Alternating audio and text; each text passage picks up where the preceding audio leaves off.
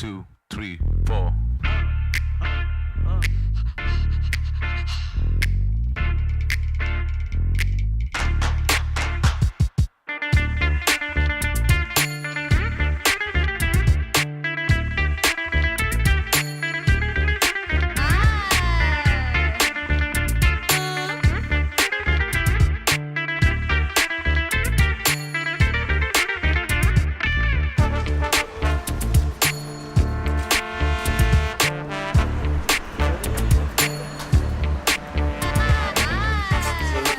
Ça va. Ça va Alex, c'est de dos. Ça va, Nico?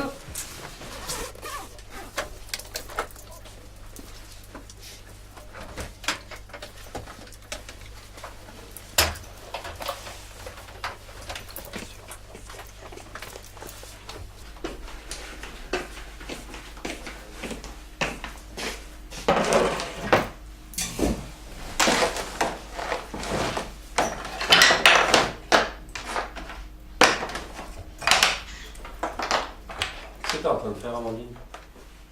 Alors du coup, là, je suis en train de faire un puzzle sur le Sénégal. Donc, comme projet pour le vendre pour l'association. Et donc du coup, j'ai fait la carte du Sénégal en puzzle sur un fond de pirogue avec un baobab et le nom Sénégal. Donc là, on vernit le tout, on emballe pour la vente. En fait, je fais partie d'un atelier, donc l'atelier Jeunes et Partage de Lille, qui fait des contrats d'insertion d'1 an pour les jeunes de 18 à 25 ans.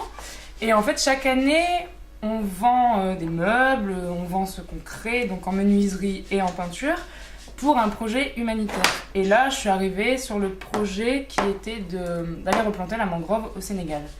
Alors du coup, on a replanté la mangrove au Sénégal, donc avec des propagules, c'est des pousses de mangrove, donc dans un endroit bien défini pour recréer l'écosystème où la vie peut reprendre son cours normal avec les crabes, les huîtres qui s'y créent et la végétation.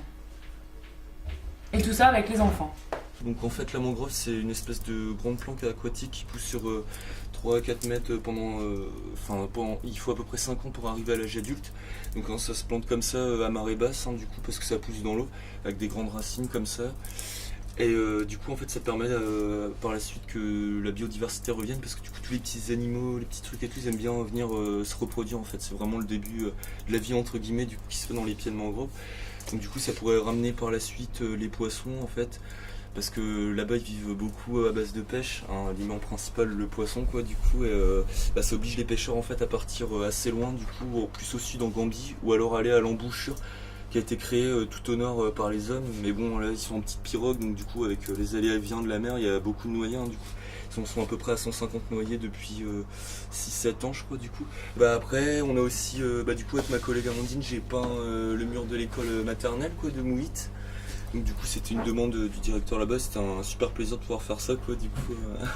Donc là, moi ce que j'ai vraiment apprécié, vu que je suis peintre décoratrice, c'est d'avoir redécoré l'école, fait une fresque murale, parce qu'en fait, t'arrives dans le village, l'école, tu vois pas que c'est une école. C'est des grands murs blancs, et tu vois pas que c'est une école. Donc avec les enfants, on a créé des pochoirs. Donc, eux, ils ont fait les pochoirs. Donc ils ont appris à mélanger la couleur, à faire du vert, parce qu'on a pris les couleurs juste élémentaires, les couleurs primaires. Et donc on les a vus créer leur propre fresque également, en même temps que nous on faisait notre fresque à part un peu plus avancée, et de voir leurs yeux et les yeux, tout le village quand t'arrives et qu'ils regardent l'école, les parents, les enfants, les grands-parents, enfin tout le monde qui passe, ou les anciens élèves qui arrivent et qui repassent devant pour aller chez eux et qui disent ah mais merde, mon école elle a complètement changé, c'est magnifique quoi. Et de le remerciement, même toi, quand on allait ailleurs et qu'on repassait devant l'école, on arrive devant, ah merde, c'est nous qui avons fait ça. Donc, ouais, voir tous réunis sur une même cause à tout gérer et à voir qu'on a réussi en fait.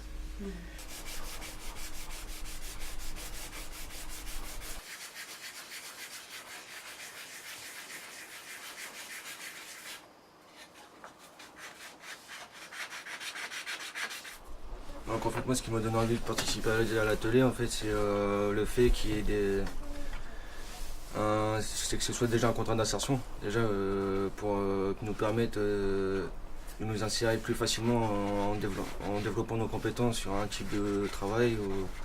Puis il y a aussi l'idée du projet solidaire en fait qui m'a donné envie de participer en fait à la vie de l'atelier. Donc en fait le projet au Brésil en fait pour le fait qu'on parte là-bas c'est pour aider une association locale présente sur place. Donc le SIAF. C'est en fait c'est pour aider. On va créer des fresques murales. On va participer aussi à la lutte contre la prostitution des jeunes au Brésil en fait.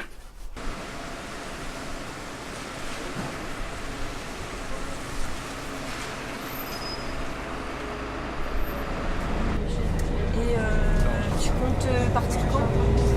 Au mois de septembre. Au mois de septembre? Ouais. Tu vas pas à l'école? Je travaille. Je travaille. Moi l'école c'est fini, moi c'est plus dans l'école. Du coup tu partiras tout septembre? Normalement tout le mois de septembre moi, je suis parti. Et tu t'es renseigné sur le climat et tout? Un peu là-bas? Les renseignements c'est vraiment sur le climat, sur la population locale. Ouais, c'est sûr, je me renseigne encore un peu plus. Bon après peut-être là si tu vas qu'à début d'été tu pourras demander à la dame. Ouais c'est sûr. Monsieur, la personne qui s'occupe pas.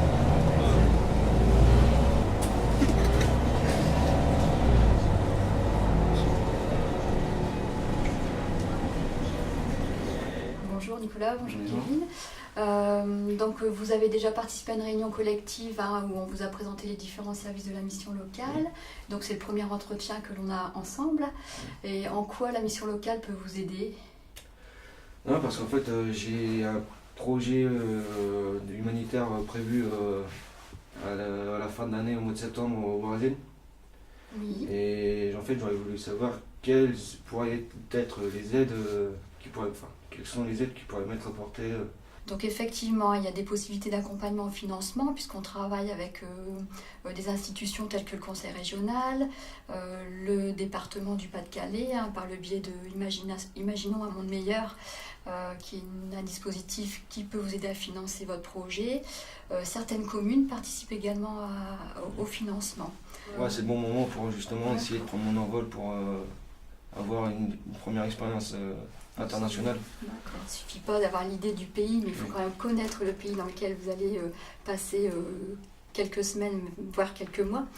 Donc vous allez avoir aussi une initiation à la langue, il va falloir vous sensibiliser à la culture du pays. Donc il y a tout ce projet qui a à travailler en amont. D'accord. Est-ce que vous êtes prêts à vous investir? Ah, 100%, moi, si c'est pas plus. D'accord, très bien.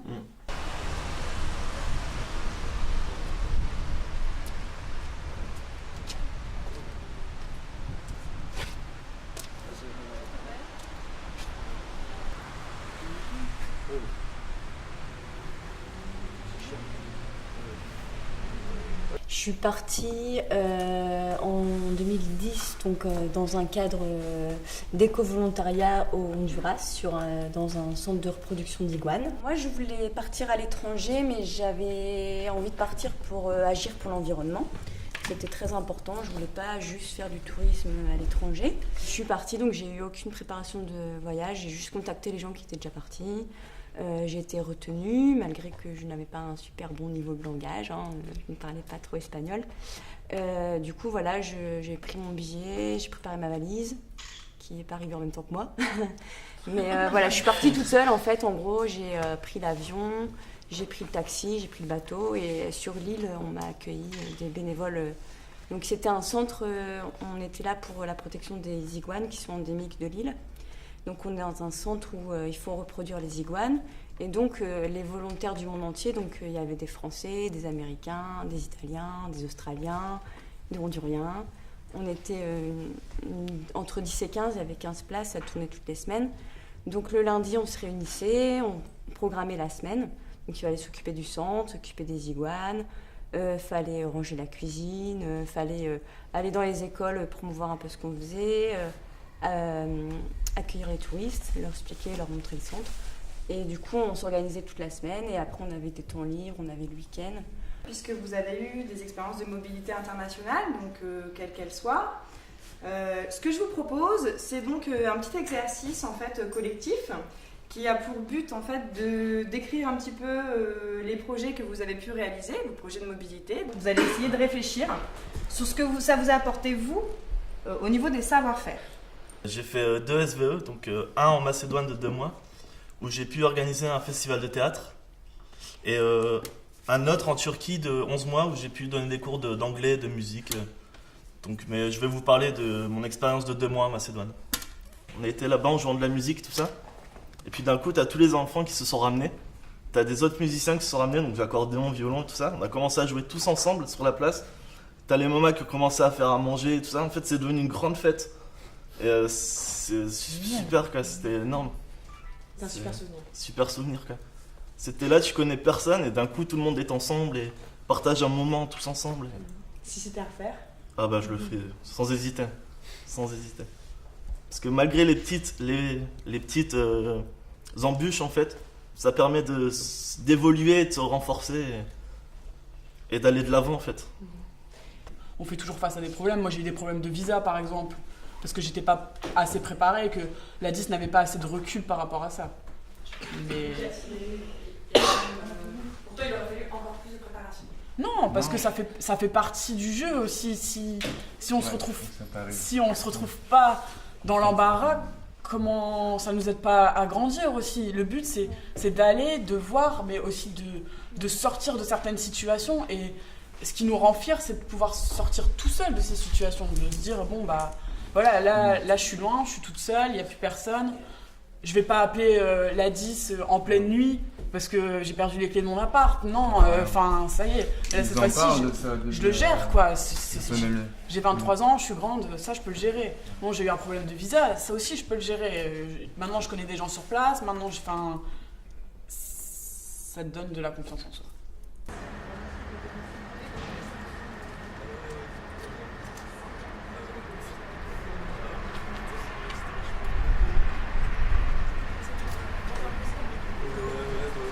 Le jour le plus dur, évidemment, c'est le jour du retour. Je pense qu'on parle pas assez du retour. Moi, personnellement, j'étais parti à Rome, donc j'avais un peu le délire. Je suis parti au Vietnam, voilà. Là, je suis parti à Palerme, c'était beaucoup plus intense. Le retour, tendu, quoi, honnêtement. Et j'ai eu la chance que je suis rentré le 28 septembre, le lendemain, j'étais à la fac. En gros, redescends ton nuage, j'étais arrivé, voilà. Mais le mec qui a pas... qui a pas de, je sais pas, d'emploi, qui a pas quelque chose de fixe, revenir quand tu as pris un train de vie, quand tu t'es habitué à des gens, quand tu as bossé avec certaines personnes, tu avais une habitude de vie, revenir dans ton cadre normal, ça peut être vraiment douloureux. Je sais pas, vous, comment vous l'avez vécu, votre retour?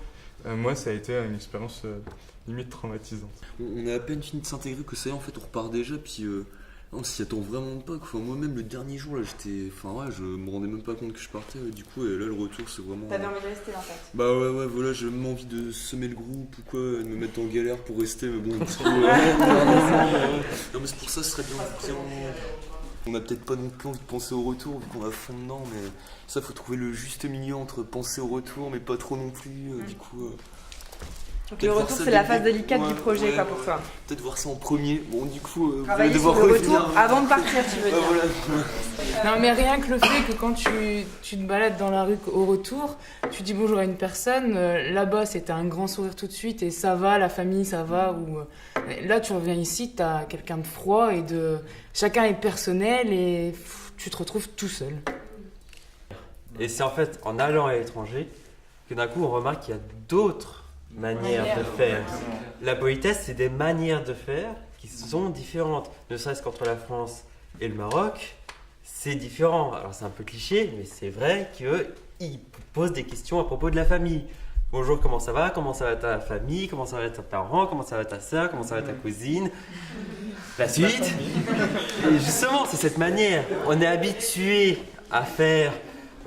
à Lille, c'est un peu plus sympathique, mais typiquement à Paris, déjà, arracher un bonjour, c'est pas forcément facile. Alors avant qu'ils posent la question de comment va ton arrière-grand-père, bon. Donc j'ai voyagé aussi à titre personnel, je suis allée en Italie juste pour les études. Donc actuellement, j'ai eu ma licence, donc Je continue en sciences du gouvernement. Je me suis inscrite en première année. Et je suis venue en France juste pour un stage de 6 mois. Arrivée en Italie, j'avais toujours l'habitude, quand je croise une personne âgée, je lui dis bonjour, mais elle ne me répond pas. Au début, ça a été un peu difficile. Aussi à l'école, nous, au pays, c'était un peu facile, c'est très facile de se créer des amis entre nous. Peut-être le premier jour, c'est un peu compliqué, chacun reste de son côté, mais une semaine après, 2 semaines après, on devient toute une famille dans la salle. Mais en Italie, j'avais du mal. Puisque au début, quand tu viens, tu t'assieds sur une chaise, on te laisse toute la place libre de l'autre côté. Juste derrière, il n'y a personne. Tu es seul tout juste devant. Les autres vont rester juste très derrière toi. Donc, au début, ça a été un peu difficile. Disons très difficile parce que tu te sentais rejeté, tout ça. Bon. En ce moment, c'est très facile de critiquer, de juger quand on ne connaît pas l'autre. Donc, pour moi, sortir, découvrir, ça nous permet plus de comprendre et de savoir comment vivre ensemble. 1, 2, 3, 4.